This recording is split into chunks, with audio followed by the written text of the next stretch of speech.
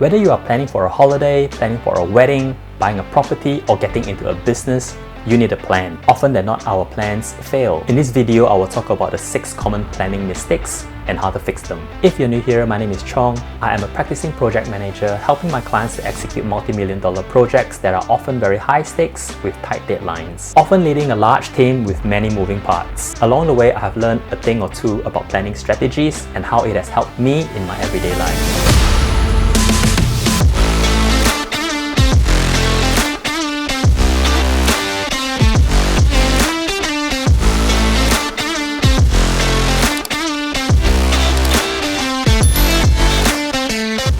One, Hofstadter's Law. One of the most common planning mistakes is when we forget Hofstadter's Law.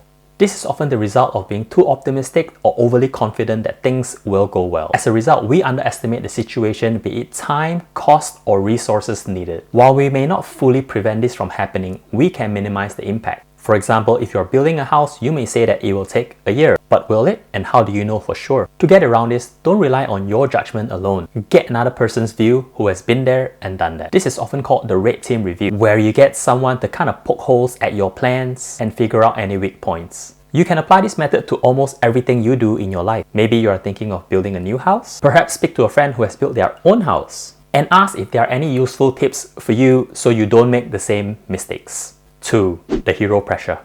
Have you ever succumbed to the temptation to accept a heroic challenge? Build a house in one day? No problem. Deliver this parcel across town in the next 2 minutes? Leave it with me. Prepare a cup of coffee in 3 seconds? Absolutely.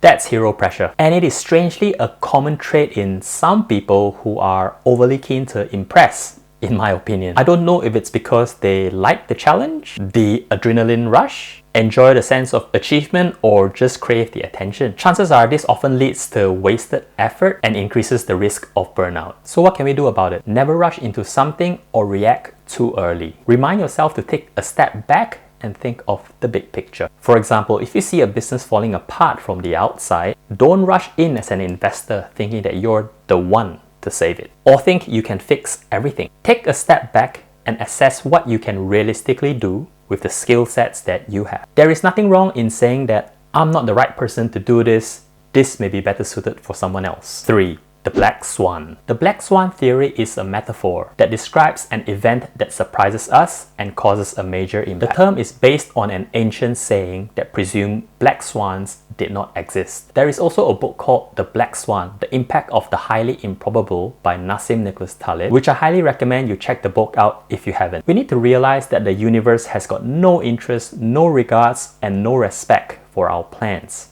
unfortunately. So there will eventually be an unknowable future event that the universe throws at us and catches off guard. In reality, planning can only take us so far because we can only plan for what we know. And the saying, all we know is all there is often not the case. So how do we prevent surprises from happening? So the best way around this is to be clear on the end game.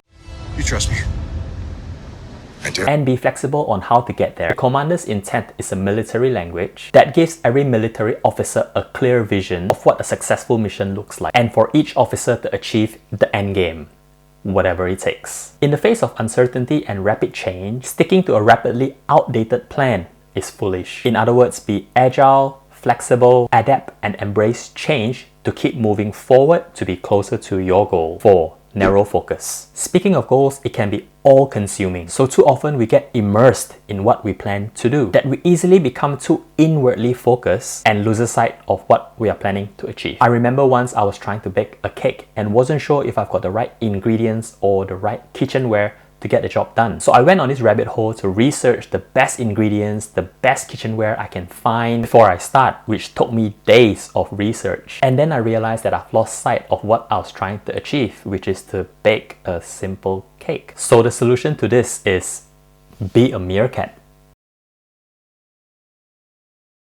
Yep, think like a meerkat. Now and then, put your head up and look around you. What's out in the horizon? Have you missed anything? Look for trends and changes, and have a good look at your plan to make sure that it's heading in the right direction. Never lose sight of the big picture. 5. Complexity effect. When we start to build on our plan, adding more tasks, adding more layers, adding more people, it becomes more complicated, where one thing depends on the next. The interlink can create a problem where you can't start the next thing until the first thing is done. The less links and the less steps you have in your plan is always better. The solution to this is obvious, where you can simplify. Separate out any standalone task that can be done on its own, even better by someone else or a separate team. So then you have small teams, each managing one simple task all by themselves. And once finished, come together in the end to create the big picture. Rather than a big team that depends on one another through the process, with many steps to follow from start to finish, who are all involved in one big task. This is often not the most efficient way and can cause confusion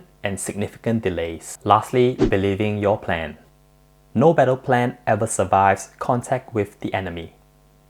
What it means is that everybody has plans until things go wrong. We may spend a lot of time in planning. We can have the smartest and most experienced people to help with our plan, to develop this amazing and elaborate plan that is almost bulletproof. But there is always that 1% chance that things will go wrong if luck is not on our side. We all need a bit of luck now and then. So what can we do? One word: contingency. Having a plan is great, but we should always add on to our plan a little bit of extra buffer. For example, if you're planning to travel overseas, best not to turn up a few minutes before flight departure. Allow some extra time to travel to the airport or anticipate any possible delays in check-ins, etc. Every project manager knows this. You can never go wrong with a little bit of contingency. I hope you've learned something new today.